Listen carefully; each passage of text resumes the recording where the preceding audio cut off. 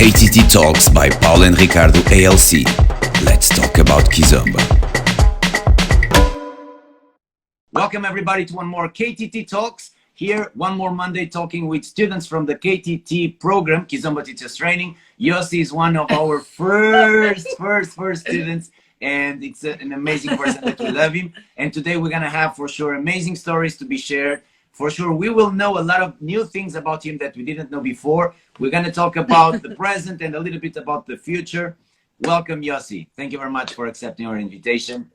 Thank you very much, guys. I'm really happy to be here, and thanks for asking me. It's very nice to see you. I miss you guys a lot.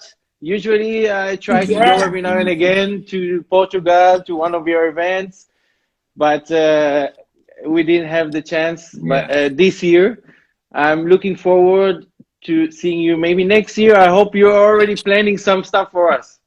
Of course. You know how we do it. All the time, preparing a lot of stuff. I know. You are living in Germany, yeah? Yes, I live in Bonn, Germany. I've been here for many years now. Too many, but don't tell anybody. So let's start from there. Usually we like to start with a little bit of the background of our guests. So I know a little bit your background. I know including that you talk Portuguese, but tell us a little bit who is Yossi, from where you are from, your roots, and how you get to Germany. Just like in a fast resume, let us know, please. Yeah, well, I'm from Tel Aviv. I grew up in Israel, in Tel Aviv. I came to Germany many years ago because I was like just curious. I always wanted to see how it is to live somewhere else, to learn a different language. And I traveled the world a lot. Been to South America, then Miami, then London, and then I ended up here.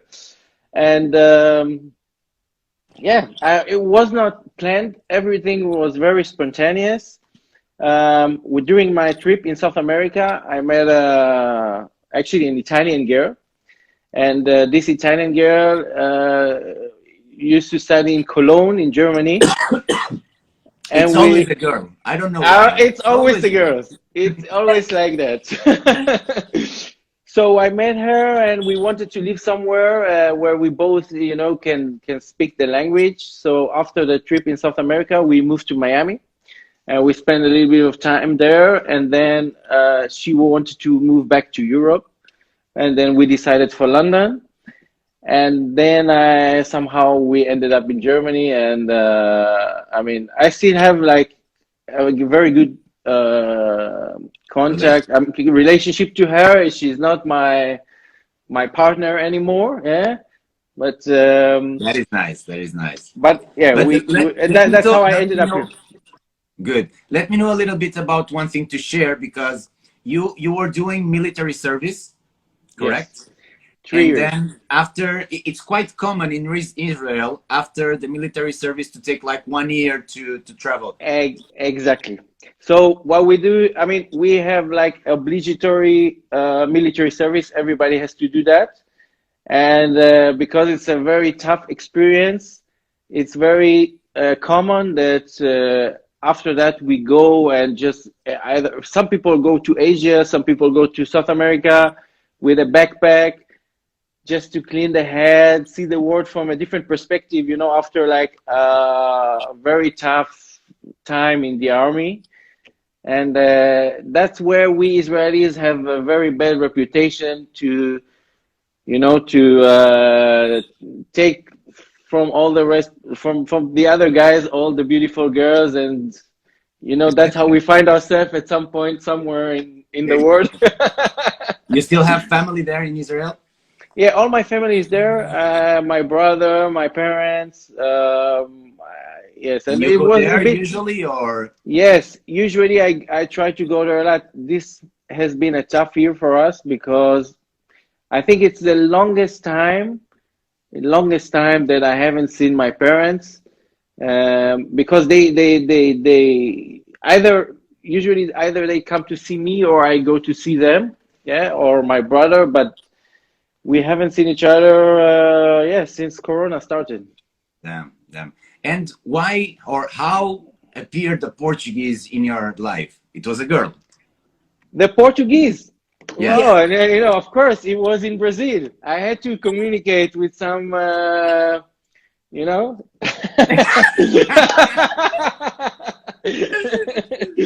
Of course, you go to Brazil. I mean, I don't know how it is nowadays in Brazil, but I remember that when I was traveling there, there were not many people were able to speak English back then. At least during my traveling, the people that I met. So, okay, so I went to I came. My first stop in South America was Brazil. Yeah, I landed in Rio de Janeiro, and there was a friend there waiting for me, and he said, "Okay, I got a great place for us to stay in Rio de Janeiro, and I'll come, I'll take you." And I really didn't know where I was staying. Yeah, so apparently he found this. He met this gay guy in Brazil, in Rio, and he said, "This is where we're gonna stay." So we stayed at this flat with this gay guy, which was also a theater actor. Oh, So, and he didn't speak any word of English, nothing. Yeah, and he started teaching me Portuguese because we had to speak with each other. But as I said, why did I mention that he was gay? Because he was like a theater actor and gay, and he said, he was speaking like, "José, tudo bom? Você tá muito lindo." Very So dramatic the way he very was speaking. dramatic and very melodic, and even now that I speak to him every now and again, I'm like, it's very amusing because it's like, "Muita saudade de você."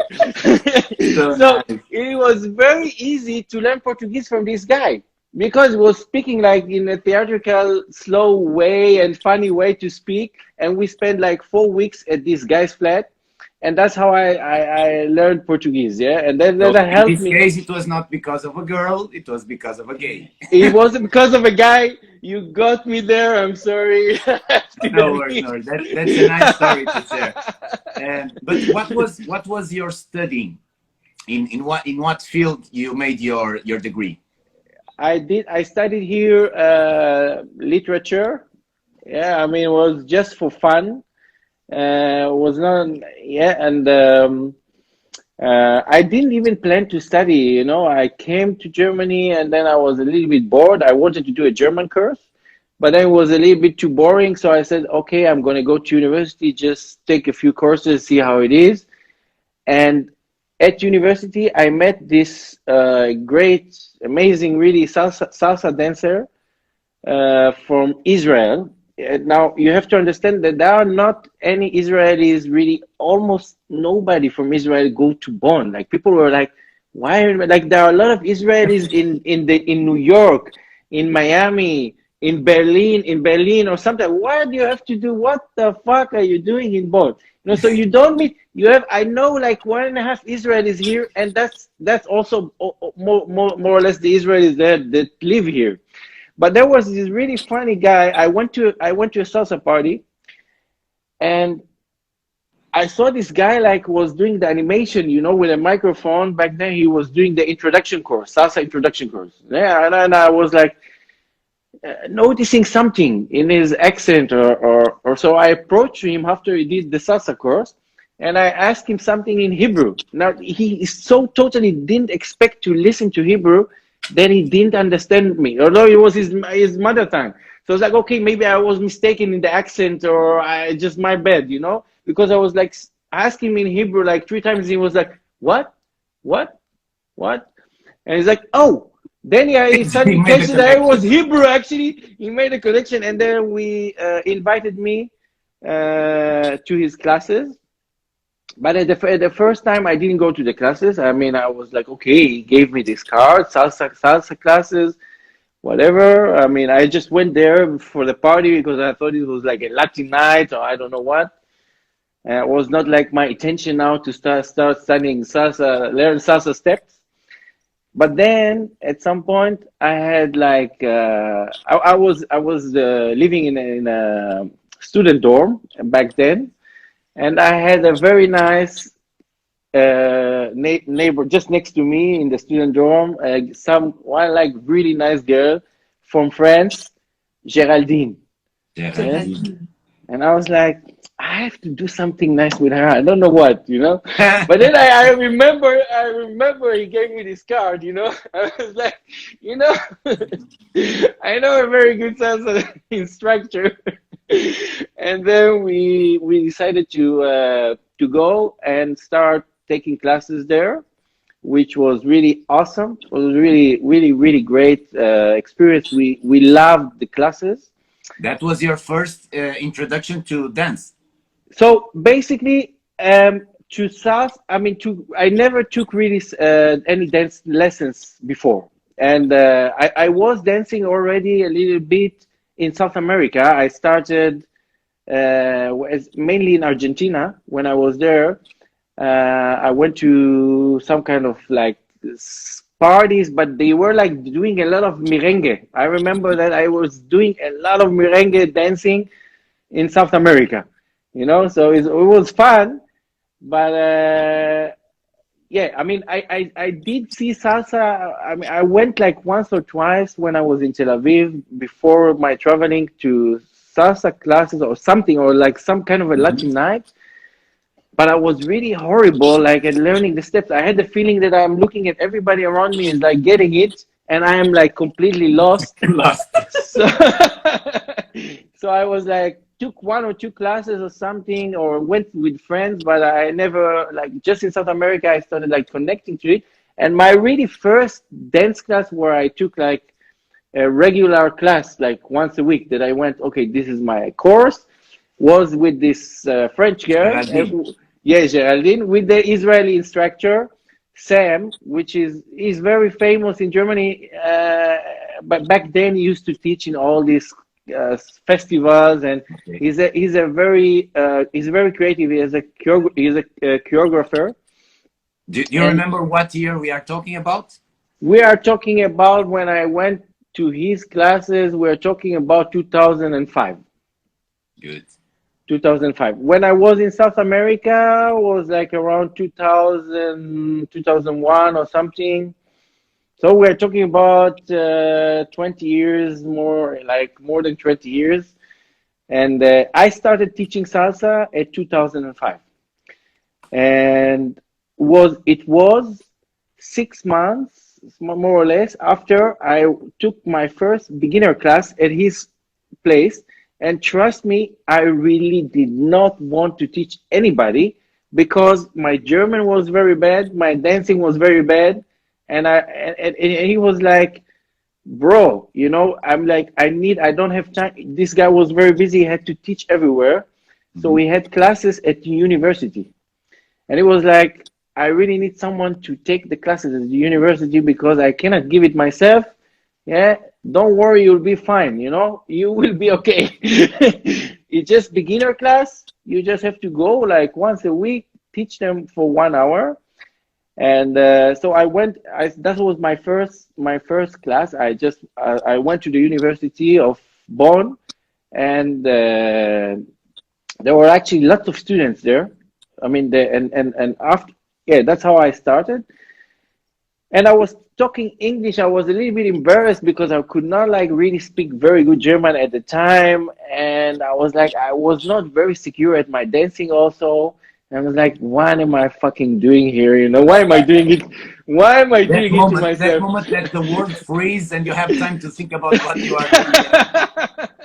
Yeah, it was, but apparently the students really We're had so enjoying. much fun. They were enjoying themselves that they really asked me to continue to the next level after the beginner class that we did at university. So the university back then, they only wanted to offer beginner class. Okay, so we thought, okay, what are we going to do? You know, so I talked to some other guy which has a dance school here, and he said, Listen, like I don't have room for you, but in my dance school, but let's look for some place in the city." So we found this bar In the middle of town, we found a bar, and we spoke to the guy. We said, "Listen," and this was like a bar. It was a bit funny because we used more like rock events and like sometimes some heavy metal or whatever. Where we came to this guy, like this big guy, tough, sitting here with his beer. I'm like, we want to do like a Latin, yeah, exactly. We want to do a Latin night, a salsa night. It was like, huh? And salsa night, I'm like, okay. I'm like, when would you like to do it? Ah, we were thinking, I don't know. We were like very flexible. Maybe Thursday, maybe Friday. And it's like, okay. I'm like, I give you the Monday. It's dead anyway. So if if you want to do something, okay, you can go on Monday. And he wanted like to, for us to pay some rent and blah blah blah. We said, okay, no problem.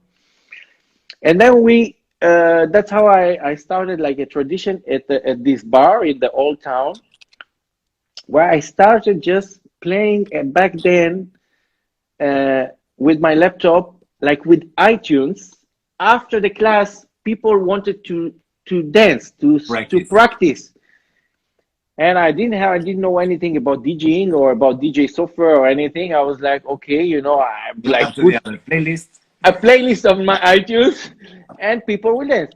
Now, at some point, I was like seeing that people, they maybe I don't know how to DJ, but they like the selection of the Mhm. songs. So they stay, and they call more people, and more people come to practice. And really, at some point, I mean, okay, so at some point, of course, I was like, okay, let's buy a DJ software and start, Of course, DJing. no And problem. of course, when I started DJing, and I was back then, I was really the first person here to give on two classes. Like even 10 years ago, I already had a salsa on two class here, which was a regular day in the week with more than one class. And that was not very common because when I started dancing here, it was very Cuban, Hmm. and not many people even dance like online, Yeah. But I love salsa cubana. Yeah, it's not like anything against it. I really still, when I hear Cuban music, I love it, and I really enjoy it. And but I was always teaching because I started like doing like this kind of salsa with my Israeli instructor. They was teaching like online, so I continued with that. Just let But me do he, here a stop because we have some people here listening to us, and thank you very much for being here. And of course, more people will listen after. And we like to try to inspire those that are listening to us in a way that they can feel that they are not alone. Because yes, your process was more or less the same process that we had. It is more or less the same process that all of us that are on the market nowadays had also. So those that are in a city that they say, oh my God, I'm in a city that we don't have nothing here and it's more difficult, you should look in a different perspective, in a way that you have an amazing opportunity to start doing something that is different, something that nobody made it before. And it's even easier than if you enter in a market that is already full. So if you are in a city that you love to dance and you don't have nothing there, you can do it. You just need to focus. And nowadays it's even easier than 15 or 20 years ago because you can have proper training on that with yes, KTT, for example, but you have a lot of different opportunities, even going to YouTube for free material, free content, not only on dancing skills, but also in management skills and picking up the experience of others that are doing this for many years. It's much easier. So this is just opening the eyes for business opportunities that you can have. Of course, now we are in the difficult time, but it's a good time to prepare because this will change. And if you prepare absolutely. nowadays, when you got the opportunity to start doing something, you will be much more ready. Sorry, this parenthesis, but I think it's important for those. Very important, and it's absolutely true, And nowadays, you really have more opportunity because you have access to online courses, to online classes. You have great instructors nowadays.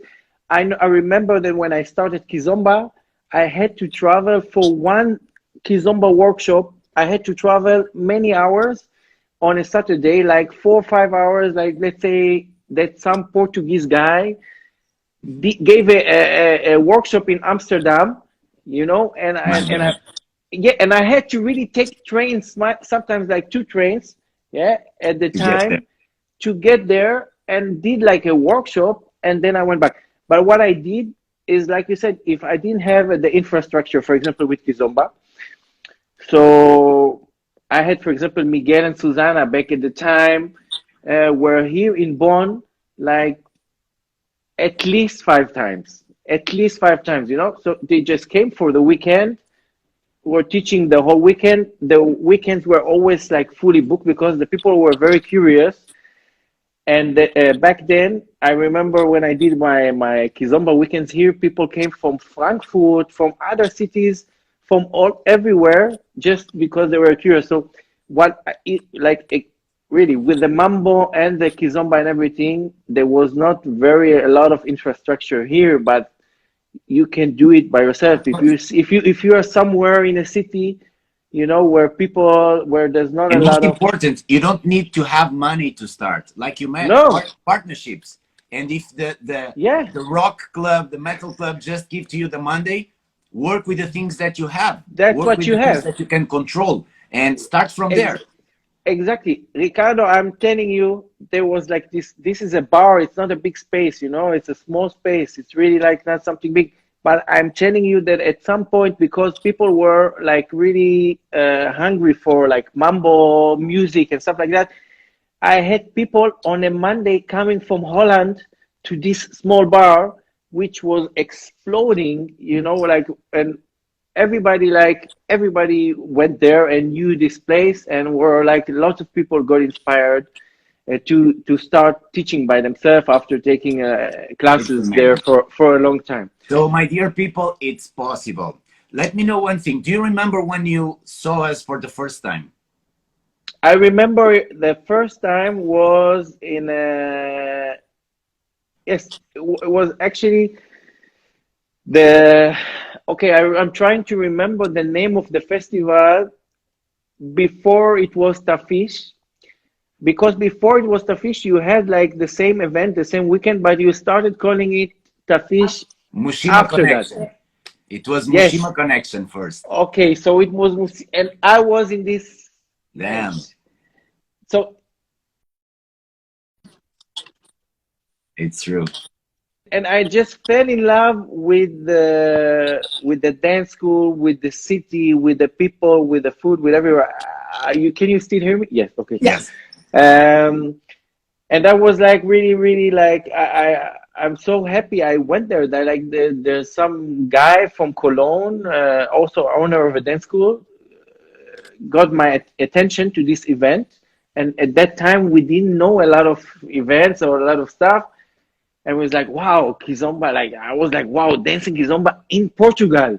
I'm like, wow, this is like, wow, this is going to be like experience from another world. I was so excited. And the thing was that you guys really so inspired me so much in the way of teaching and everything, because I was already teaching before, and I think I was not like a bad teacher, but I did not have any structure. I was like you know, I have to admit that I still Let's improvise go. a Let's lot. go to the university to teach one lesson. Let's see what's up. Yeah, I was like, Carpe okay, you diem. know. That's exactly how it was. But I mean, the dance school that I saw, the dance school and the method of teaching and everything, it really was such a big inspiration for me that I came back to Germany, and everybody that wanted to do like or to start teaching, or I saw that he is even teaching, I was like, you have to go and take the Kizomba Teachers Training, you know, in with Afro Latin Connection, because it's, I just don't want to say like it sounds like because I'm talking to you guys, I'm like, oh guys, you guys are so great, but it's so true, because it gave me not only a lot of like other like a perspective, like and structure how to give the classes, but also the little things that you talk about and you share your experience. For example, I had a really problem when I was starting. I had a really problem that I was really focusing if there was like one or two persons in the class that were a bit negative, you know, it really took me off. I was like not concentrating on the 80% that are enjoying. So I was like, hey, why is this guy like doing this face, and what's his problem? Like, why is he not happy?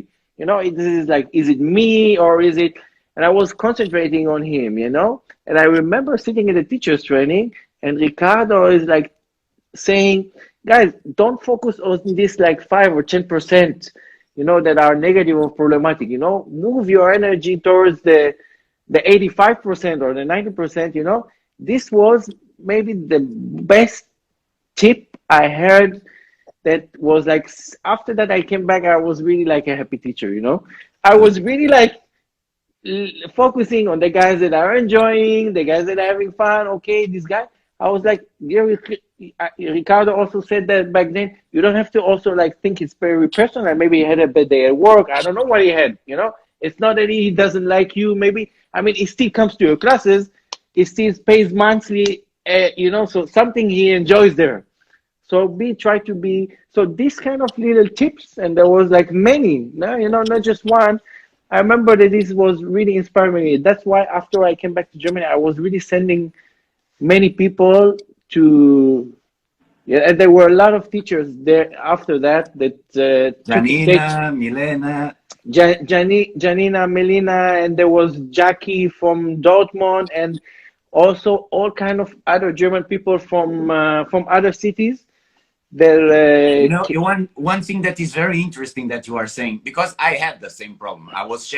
We were sharing with you this kind of experience because we also spent this kind of frustrations. And my frustration at the beginning was the color of the person that is inside of the room. Because if there was a black guy or a black girl inside of the room, my lack of confidence, because I was starting at the beginning, Kizomba was very young in dance studios, and even worse, a white guy, blonde with blue eyes, teaching something that is African dance. So every time I start shaking from inside, and I say something, and I was looking in the corner of my eye to check the The the reaction. reaction. But this is mainly a work from the inside to the outside. It's self-confidence. And yes, when you are able to master that, it's a completely new world. And yes, this is one of the good things about KTT, because it's sometimes it's about confirmation that you need to be able to get the confidence. I remember that Pedro, you know Pedro, very yeah, good, of Pedro course, Suarez, yeah, it was one of the feedbacks that he told me. It was like, this was like having a confirmation and the trust that I'm doing something correct, in a way that I go back home to be able to teach, and I have that powerful mind saying, I'm doing this because I know that is correct, so I will not be able to allow others to take down my confidence because of that. So I remember a story very interesting. We share it very often with the KTT students, that happened with you and Janina. Do you remember that Oh, festival? yes. What was? wow, yeah. But you know that including there, you apply one of the tricks that we use. So let's go a little bit back just to place the people here. One of the things that we share, it is the 8 Mile movie technique. So 50, what's his name? It's not 50 Cent. No, Eminem. Eminem. In the 8 Mile movie, in the last part, the last battle that he need to do, he was in a shitty period of his life, and his mother was a whore. His girlfriend was cheating on him. He was having problems with the job. Everything was worse. So when he went to the battle, he knew that his opponent would use all of that to do the rhymes and attack him. But as he was the first, he started using his own problems to battle the other guy. Instead of attacking the other, use his own problems. So what happened? He completely destroyed the other guy because the other guy didn't have a word to say about him. So we had this teacher from our school that he had, when he get a little bit nervous, he start touching a little bit, like. Yeah. So when he went to teach his first lesson in Afro-Latin Connection School, we told him, this will be the first thing that you will tell to your students. Say hello, welcome, and say that when you get a little bit nervous and anxious, you start Yeah, yeah, if you want to laugh, laugh because I will laugh with you. yeah, And this is interesting because he used more or less the same strategy We were in a festival. It was from It was Miguel. in with Miguel in Karlsruhe. Was the Kizomba Festival in Germany in Karlsruhe that Miguel Montero organized. Exactly. So there was two rooms and two rooms of lessons, and one of the rooms, the biggest and one, we have a break the biggest one had between lessons. had a couch to be able to sit, just to relax.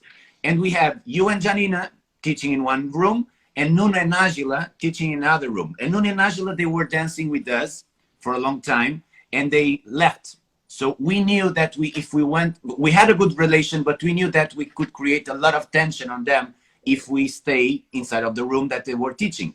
And so we allowed them to stay, and we went to play Candy Crush on our phone, sitting on a couch in the time that you were teaching, because it was the only place to be. Do you want to keep going with the story? Oh my God. I mean, okay. So there we are, like Janina and me teaching in these Kizomba festivals where Nuno and Agila and all these other instructors were like there, and we were like, just like, feel like when you took classes with like, when you do the Kizomba Teachers Training, you have a lot of respect for your teachers, especially if it was good and you like them and they inspire you. So of course I felt like a little kid, I'm like teaching there with Kizomba with Janina, and all of a sudden Paula and Ricardo are like coming into the class, and I'm like, okay, so maybe they just come and you to say hello for 1 second and they go out, but then I see, no, they sit on the couch, they take their mobiles, okay, they're gonna spend some time in the class, and we're like, shit, I don't know what to teach. I was like, okay. I forgot all my steps.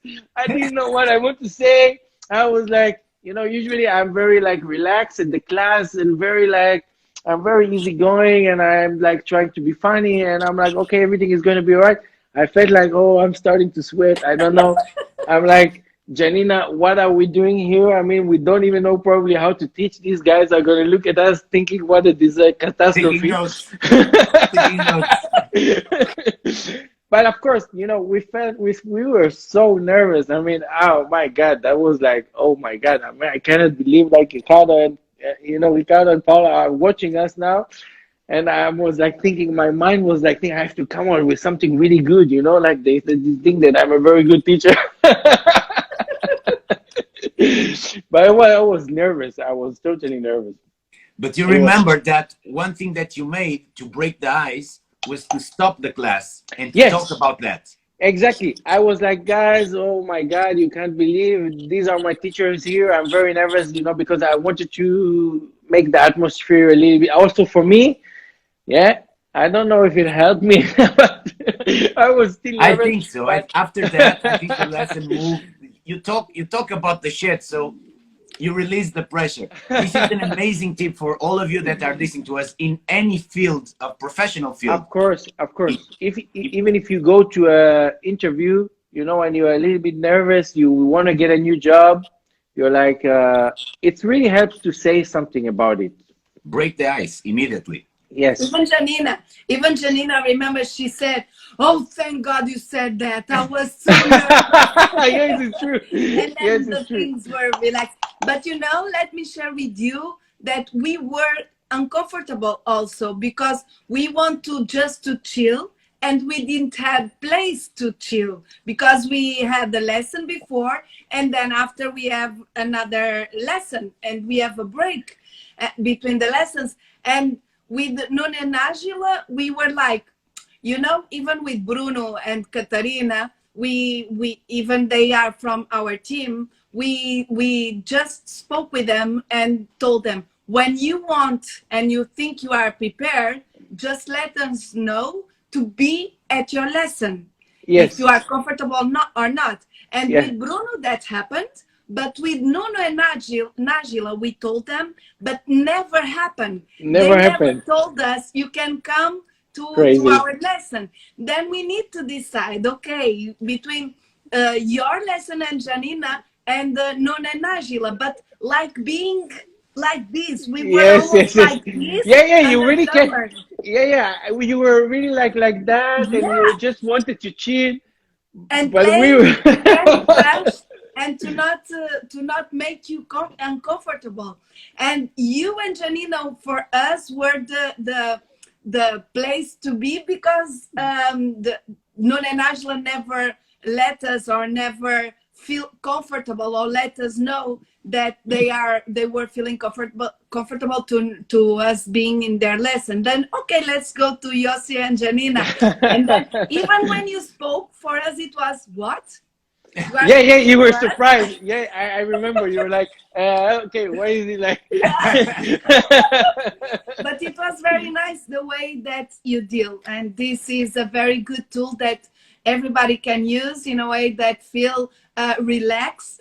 Just tell what are your weakness, and then the things just flow and you relax more. It's a good tip. If you could tell to someone that might be like undecided in an investment in the KTT, the Kizomba Teachers Training, what would be your advice from your experience? Something that you already said, you were trying to find some structure, then you find there some things that brought you some confidence.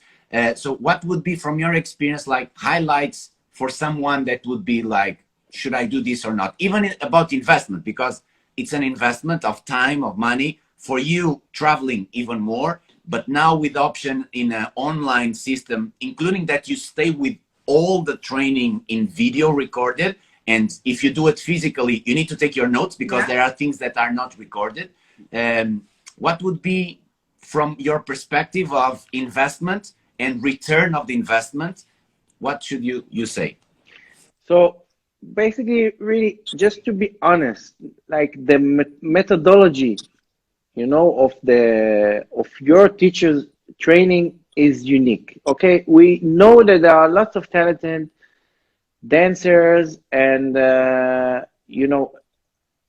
but it's not always that someone knows how to pass that knowledge to you. Okay, and I think that this is like the most like of course, you have the, like, your guys are amazing because you give like this, it's always like this family feeling. And it's also after you've done the teachers training, you still feel you belong, you have like this, it's not just, okay, I took the information, now I'm away. You always like feel part of the ALC family, and it's a unique experience. But it's really like, let's not talk about that. It's just the to understand how to pass information and knowledge to another student. It's, I remember that really like like, just, I'm talking about really like, I'm going into details a little bit, maybe it's a little bit technical, it's a little bit boring, but like, placing your weight on your left, shifting your weight to there, going, holding the girl, now I'm looking to my right, and like explaining every move that you're doing in a way that it's pleasant, and not like, I don't think, I don't feel, oh, I'm sitting here and the teacher is just talking and talking. Like, you moving, and while moving you also like hear it, like, and so you connect a lot of senses together, and explaining things in a different way. This is something that you take from the training, because just taking your classes gives you a lot in terms of knowing how to teach. Okay, so for me, of course, also like seeing how you work, how you do your marketing, how you you are a success story. So it's very inspiring. So it's on top of the teaching, on the structure that you get also music, you get like really classes that you are like ready to go, that you don't even have to think for yourself, or okay, what am I teaching next class, because it's already like totally structured for you. On top of that is like you learn from someone that has a lot of experience and many years of experience. So and apart from that, that it's like Afro-Latin connection, and it's very good place to do it. I would recommend everybody to do it, because it makes you reassess your classes. It makes you share your knowledge with other people, with the participant. And this interaction and listening maybe to other stories and sharing, like Pedro said, gives you also a confirmation, okay, I'm not the only one that is dealing with this problem. you know, but I'm actually I'm facing this very good, you know, maybe, or maybe I'm doing something wrong because I see how this guy is doing. So I think the you know, in every place that you work, you know, a place of work or something like that, sometimes you have like seminars and you have to learn new stuff, you know. So it's the same. I mean, I think I recommend every teacher, you know, every now and again to take a break and try to learn also from other teachers. This Very is very important to be in the other very side. enriching. Yes, very enriching, and to see yourself also as a student, you get to understand and have a feeling for The your own different thing. students. So Yossi, we are running out of time because we have lesson at 8, and now as we are in lockdown in Portugal, we are not. Hugo Boss arrived. Hello, troublemaker. So we are not able to teach live lessons, only online. So you know the process. We need to prepare all the stuff, blah blah blah blah blah, cameras. Of But course. before we leave, I want just to in our days, you are working 100% in dance with teaching, DJing, organizing events. You are now traveling also in video editing from what I'm watching. Yeah. I'm Mr. I, Sember turned in urban kids. This crazy. So what are the things that you are doing now, right? Really in a resume. At the moment, I use the, we have a new project which is like Dance and Shoot, which is also a new YouTube channel. So we do videos of dancers of every kind, like bachata, salsa, urban kids, Hugo Boss, and samba, samba, whatever. So I really like went into video editing, into videography, and we try to work on this project, which is like Dance and Shoot. This is our new YouTube channel. And also I used the time like during Corona to learn a lot of new stuff. So I was doing now total new studying, which is like e-commerce studying, everything that has with online, you know, like either shops or whatever, or to improve people's websites and marketing. So I was really studying, and I used the time a lot to, you Learn. know, to learn and to have more input. So yeah, I And mean, in that way, what is the big dream? my dream. Wow. You see, that's why I like talking to you guys. It's always like brings you, you know, you have always have to think, you know, it always inspires you. Um, at the moment we have a small dream. We want to grow with our YouTube channel, make it really successful. Maybe at some point also offer more online classes. And but actually, I would say that my the biggest wish, let's say, is not really dependent on me at the moment. Is just to go back to normal and be able to offer, because we are now planning a festival and we have some plans, and we just want to go back to normal and just be able to do our stuff. That's Okay, actually good. the big Let, dream. let's focus. So from what I'm seeing, and it's nothing wrong about that. It's totally normal, and everybody is like that. We are like that. The thing is that I realized from the studies that I'm doing, because we also use this time to study a lot in a lot of different fields, and we were able in a conscious way to analyze our background and our decisions, and in what directions that decisions took us, and we made it without conscience. Like I usually say, we have like a small star that guide our way in a way that we can go in the proper direction. The building that you know here, the Mais, Mushima, with the school, that is a dream for any person that works with dance. This born in 2010, but in 2005, it already exists here in our Yeah, mind. yeah. And it already exists in written papers. And from Wow. the studies that I'm doing now, and I always bring the story of Walt Disney. When the Disney World was born, the inauguration, Walt Disney was not alive. So there was a friend of the Walt Disney's wife that said to him, "It's a pity that Mr. Walt Disney is not here to see this with his eyes. And she Wow. said, sorry, it's precisely because you already saw this that today you are able to see it with your eyes. This to tell that in order to materialize the dreams, we need first to plan them. And we need to make sure that we can dream big. Nothing wrong about dreaming big, although we need to start small. Even if we need to go on Monday to a bar in the city center, Yeah. that is a metal bar, and Yeah. transform it in an amazing Monday party of Latin and African music. So I have a challenge for you, because I'm seeing that you are still trying to find, you are starting a new project, Dance and Shoot. It's an amazing name.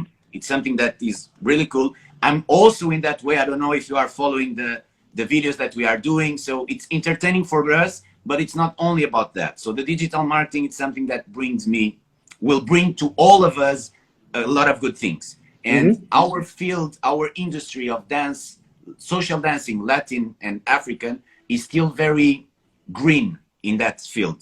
Need to get a lot of mature. And I think from the studies that we are doing, we are able to anticipate a lot of things that will happen in the future. And that's why we are climbing the steps one by one, already taking consideration, because we know already what is our top of the ladder. I don't know if we get there, but where we are now, talking to you, this place was the big top of the ladder that we never thought that only in 5 years we would be able to reach it. But the thing was that we started Afro Latin Connection in 2005, and this building get live and materialized in 2010. So only 5 years. Amazing. It's possible. But it's important to visualize that. Exactly. Not only visualize, but go to the details. Yes. So if your dream is 100% online, you already have a name for that. That's good. But what will be the ramifications of that? Will you need a studio, a place to shoot, some kind of equipment, some kind of warehouse with the size to be able to place the green screens and all that stuff? But you want to keep organizing events associated to that. You want to keep regular lessons. You want to have a team of people. So these kind of things, you should write it down.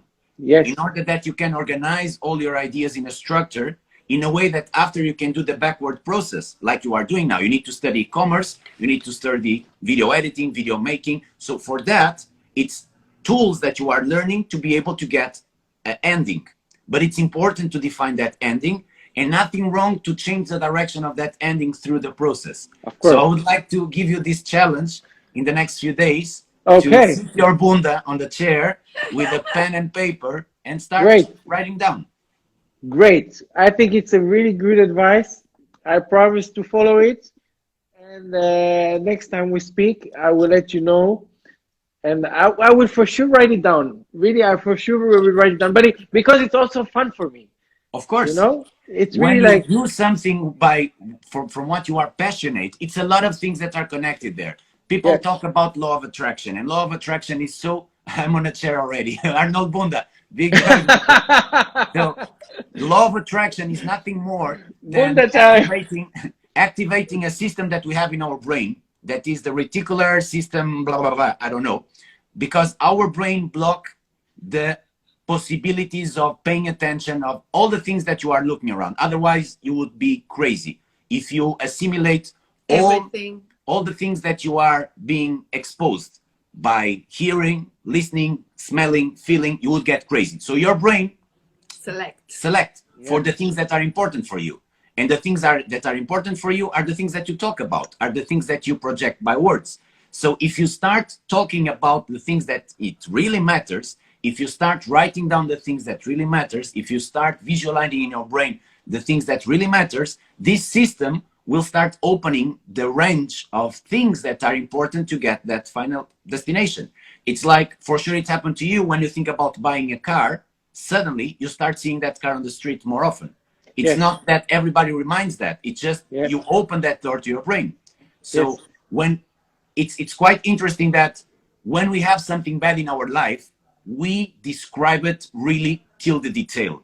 Oh, you don't imagine, I hit my knee on the table and it happens this and that and that. So you go to the detail to all the bad things that happen to you, and that stays in your subconscious. If you do that exercise to the opposite, if you go till the detail to the amazing things that happen in your life, you are feeding your brain to be able to open, to collect that information that are here. So it's nothing transcendental. It's just allowing yourself to be exposed to that things. Yeah, absolutely. I would really agree. You know, it's like it's really important to go through it and to go through the details. And yeah, it's something that we don't always do, but it gives you a lot. And you know Absolutely. what? I'm being selfish because as I'm telling you this to you, I'm telling it to myself. That's As you great. transpose to words your ideas, teaching others, it's the best way for you to memorize something. It's the best way. It's also always, yeah, it's true. It's very true. It's also like, yeah, I feel that you know, once you have the responsibility and you want to teach someone anything, you know, you also take care, like you really give it a thought and you learn it even better, you know, so. This Ugo boss, Hugo Boss. we have a 1-pack, it's not a 6-pack. For My dear 60, friend, we but need my to go. 6-pack is not coming. We need to go to prepare our lesson. It's always a pleasure to talk with you. Hey Can't guys, it wait to was my be pleasure. face to face again, physically to hug you, and hope to see you soon. I'm looking forward. Thank you so much for having me. Thank you, Yossi. Bye bye, my friend. Beijos. Ciao, ciao. Tchau. Yeah. Beijo. Beijinhos.